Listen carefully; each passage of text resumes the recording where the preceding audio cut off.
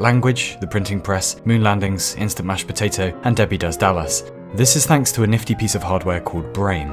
It weighs about 5% of your body, but takes in 20% of your calories. Anyway, there is a problem. The software keeps getting updated every few years thanks to culture, but the hardware is exactly the same as it was back when we were savages. Upgrades to the human CPU take a few 100,000 years, even for small bug fixes, because evolution is very, very slow. But these restrictions might all be about to change in our lifetime, and here is why.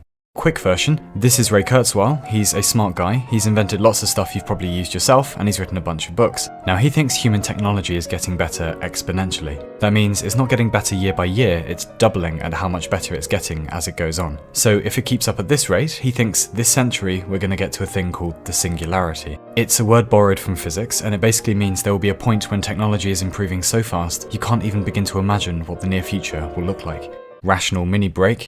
Before we get deeper into this, let's just admit if there's one thing we're worse at than not murdering each other, it's predicting the future.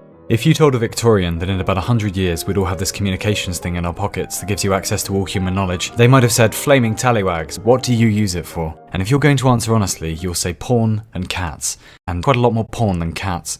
In other words, we always expect utopia is coming, and what we usually get is smarter ways to do stupid stuff we've always been doing. Anyway, let's imagine Ray Kurzweil is right and the singularity has happened. Technology is improving so quickly we can't keep up with it. What does the world look like? Well, maybe we can answer that with an acronym, GRAIN. That stands for genetics, robotics, AI, and nanotechnology. And even if only one of these really takes off, that might mean the end of humanity as we know it. So, for example, if genetics gets pretty good, we might start redesigning humans. That means possibly removing stuff like mental illness, designer babies, or splitting into thousands of different species of humans. It may have already started. There's a very strange new technique called CRISPR, which means we might soon start editing the genes of human embryos. Please go and watch Kurzweil's video for a good explanation. Or there's robotics, which could revolutionize agriculture, and again, humans.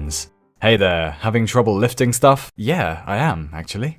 Alakazam, how about robot arms? Pretty cool, huh? Yeah, amazing, thanks. And those legs look a bit tired, need an upgrade? Oh yes please, that would be fantastic. Abracadabra, robot legs. Wow, that's awesome, cheers. And are you tired of those silly biological genitals? What? No, I like my genitals. Please don't do anything to my We can cut that little fella off in a second. What? No, there's nothing wrong with my Hey, presto, robot schlong. Oh god! Or artificial intelligence might get big, but I think we all know how that one might pan out if it goes tits up. Or nanotechnology. Nanobots are little microscopic robots that hopefully will perform all sorts of complicated tasks and make copies of themselves. Just a quick doomsday scenario for you. Say you make 2 nanobots, obviously they make 4 in no time, then 8, then 16, 32, 64, and 128 until you could convert the entire planet into nanomachines by the end of the week, and possibly like the universe a bit later. So, GRAIN, that's the acronym to remember, and it might mean the end of the world as we know it. Some of these technologies are coming and we're going to put them in our bodies. And if that happens to a large extent, are we human?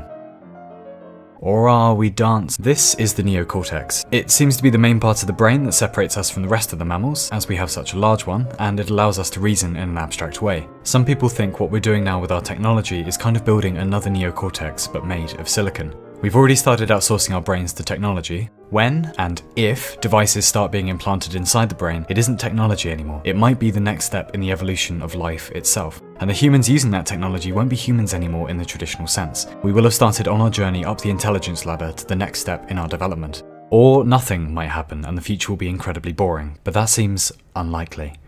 Alright, real talk for a minute. We're probably mostly wrong about what the future will look like. We usually are, but if even 5% of this stuff happens, it will be bigger than the printing press, than the internet, bigger than fire even. And it might mean extinction or the birth of a new species of human, but one thing is for sure. If it happens, we'll get to see the beginning of it, at least. We might already be watching it without realizing. There's no telling what we're going to turn ourselves into, but there's every reason to think it's part of a natural process. Just because it's technology that we're using to evolve this time doesn't mean it wasn't always going to happen. This might be how species develop in the universe, first through biology, then through technology, and then something else entirely, maybe. The future we live in today was unimaginable to our ancestors, but at least we're the same species as them. Tomorrow's humans might not be the same species, and stranger than that, they might look back on our situation with the same regard we give to primates or even single-celled life. Genetics, robotics, AI, nanotechnology, and whatever else we invent might rewrite the rules of biology. Every step we've taken has been on the outside so far, exploring our planet, exploring the universe. It's different this time. This might be the first adventure that goes inwards instead, but we have a lot of bosses to beat before we can get to the next level. We've got doomsday weapons, deadly contagions, possible climate catastrophe, political tensions, and God knows what else. But if we make it through all that, if we turn into whatever new species we're going to become, it's probably going to be incredible. Our descendants might one day look back on this century and think how amazing it was that, considering how violent and stupid we were sometimes, that we managed to do so much with so little. And that in spite of all the odds against us, we survived anyway and turned into something better and wiser, whatever that happens to be.